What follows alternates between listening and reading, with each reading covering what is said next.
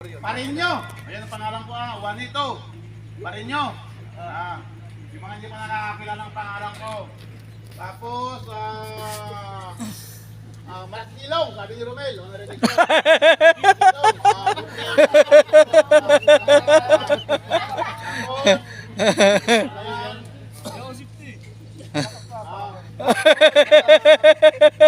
Ito.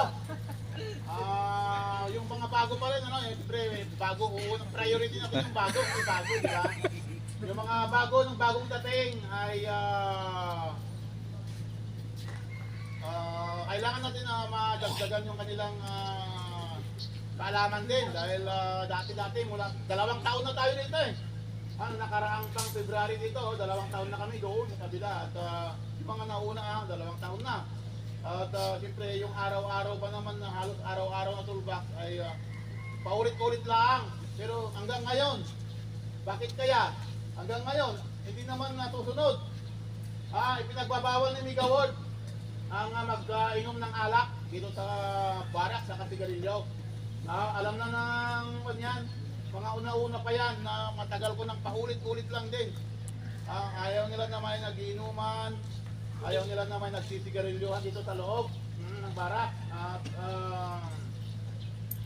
ayun na nga, yung nangyari kasi nung mga project ni Mega World, kaya pinagkabawal nila ng ganon, ay yung sigarilyo sunog, may nasunog kasi na barak ng Mega World sa ibang project.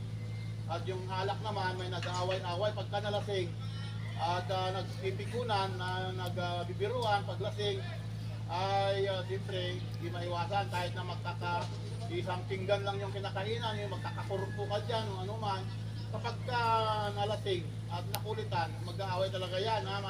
May nangyari dati rin dito, pero hindi yun ang dahilan. Pero utos kasi ng nakakataas na bawal talaga dito. Kung hanggang kaya nyo tiisin, wag nyo lang hintayin na mahuli pa tayo. At yung mga hindi nakakatiis, huwag na kayong magtiwan ng ebidensya dyan. Marami ako narinig ang ebidensya dyan. At alam ko naman, masunurin tayo. Masunurin kayong lahat. At naramdaman ko naman na masunurin kayong lahat. At siyempre, pag masunurin, ay pinagmamalaki ko kayo sa buong mundo. Dahil kayo ay masunurin, mababait, at bukod sa mabait, matulungin, at makajos, matamasa, at higit sa lahat ay talaga trabaho lang tayo. Tapos yung ating paalaala naman ngayon ay yung sinabi ni Boss, yung mga hindi pa nakakakilala kay Boss, si Sir Marco, mayroon siyang sinabi sa akin kahapon. At wala dito, nakikita ko wala. Sabi ni Boss, sana si Kita kasi Gripalda, wala pa? Yung mga may asawa, sabi ni Sir Marco, magsasabi ko daw, ipagpapaalala ko daw, ipaparating ko daw sa mga may asawa na sa Lunes, ayaw na niyang makita ng nandiyan pa yung mga asawa. Kasi nga, kuminsan di maiwasan yung tilos-tilos, yung pag-aaway ng mag-asawa, gano'n, siyempre. Ayaw din nangyari na may yung magkakaaway-away ng dahil ng dyan.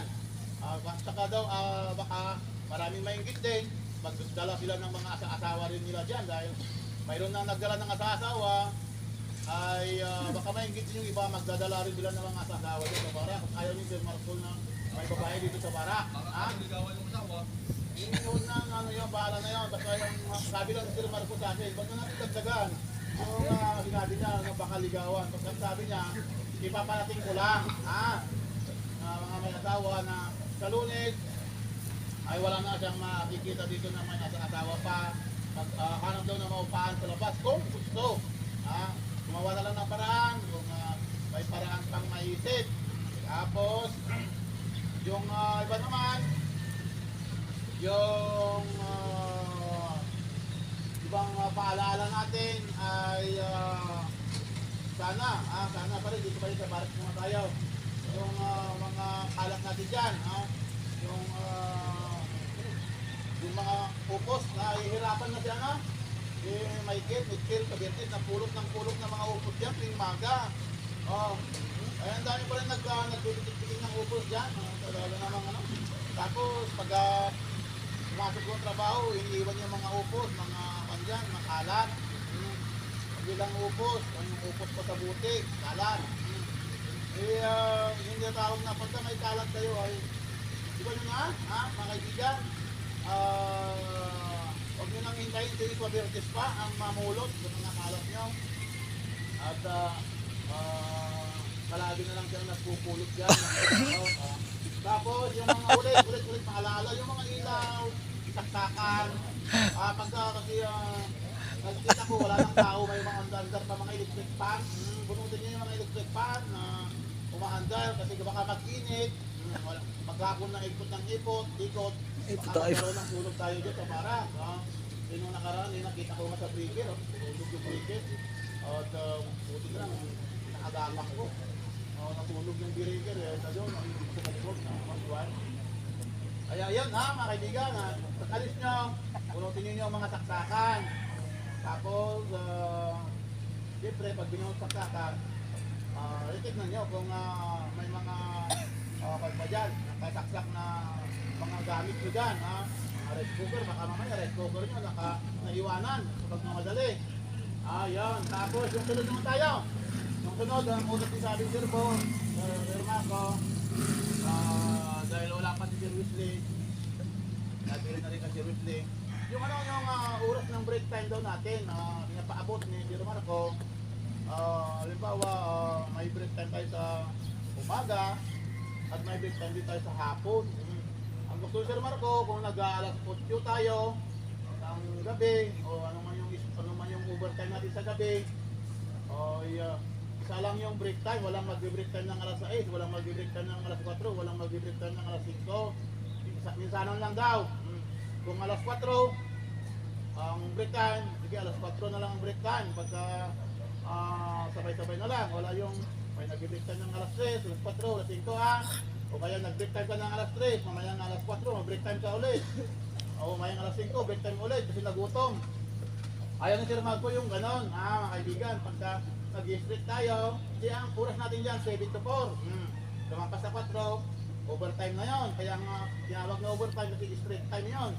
Tapos kapag ka nag-alas 8, ay yun nga yung sabi niya, na pag-uusapan natin yung break time ay gawin na lang natin yung alas 4. Para minsan lang at sana nga ay wala nang matisita ni Sir Marco na nakikita niya. At kapag ka naman nag-break time daw kayo, sabi ni Sir Marco pa rin na hindi ko sariling salita ito baka sabihin nyo, iniimbito ko, utos ni Sir Marco na ipapasabi ko sa ating lahat na kapag nag-break time kayo, huwag naman daw yung mahigit 30 minutos wala pa kayo, hindi pa kayo nakakabalik, mahigit ng 30, 30 minutes wala pa kayo. Ayun, basta huwag nyo nang papabutin ng 30 minutes, kaya makabalik kayo. Ang gusto nga niya, 15 minutes lang. Pero kung minsan malayo yung birthday time doon, baka pagdating mo pa lang doon, 30 minutos na. Pero iwasan lang natin na wag lang lalasa sa 30 minutes mga kaibigan. Sigatin natin na yung sabi niya kung kailangan natin makabalik, ay makabalik tayo agad ng hindi masyadong matagal. At yung iba naman, kung gusto niyo magpabili na rin din kayo, bawal din kasi mag-akyat.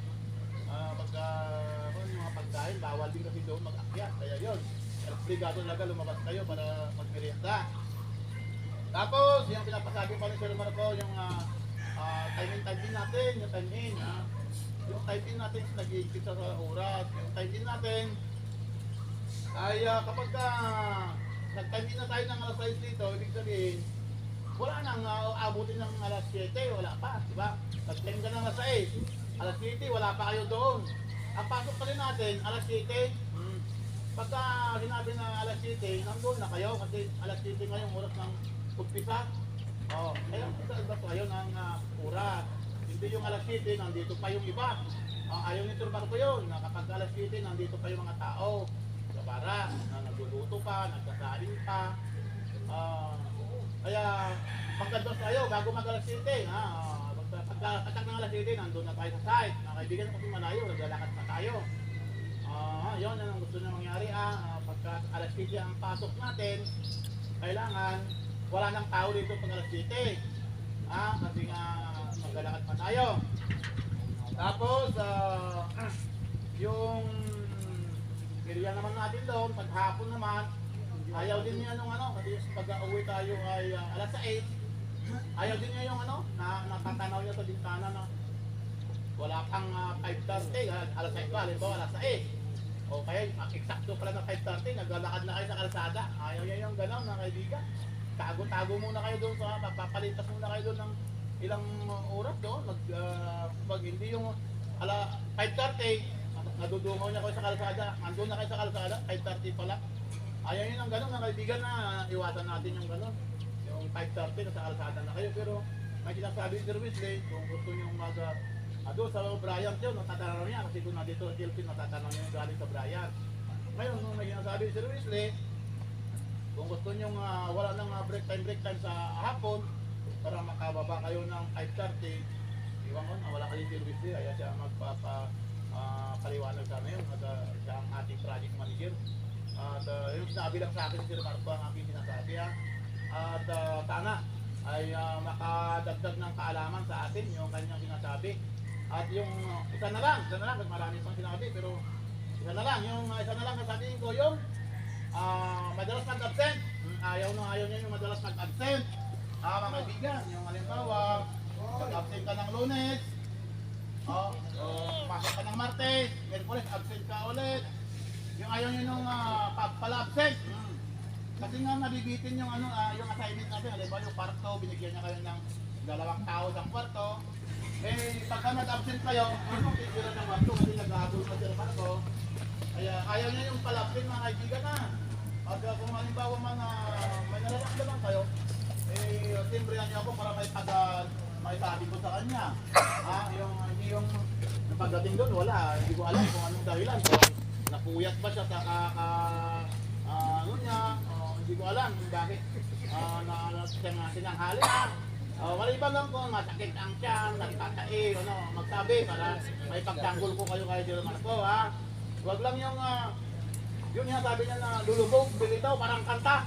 Ayaw niya yan, ha? Kaibigan. Yun lang muna. At dahil pupunti kayo, marami pa ako nakikitang wala. Hindi ko alam kung mamaya kung sabihin nila, hindi nila alam din sa pag-usapan natin. Baka sasabihin nila, hindi namin alam na ganun pala yung patakaran, break time. Wala sila, hindi naman sila umating, no? Yung mahigit tayo, humigit kumulang tayo, kukunti naman yung humigit kumulang na bilang natin, no? Kaya sana nga, yung mga iba na hindi nakatin na naturbak, maritis na lang yun sa kanila kapag nag-usap kayo doon sa area nyo, ha? Hindi naman bawal magmaritis kung yung mga kabutihan lang na maritis, yung mga katulad nito. Napaalala nyo yung mga yung kanilang hindi narinig, yung dapat malaman yung mga iba.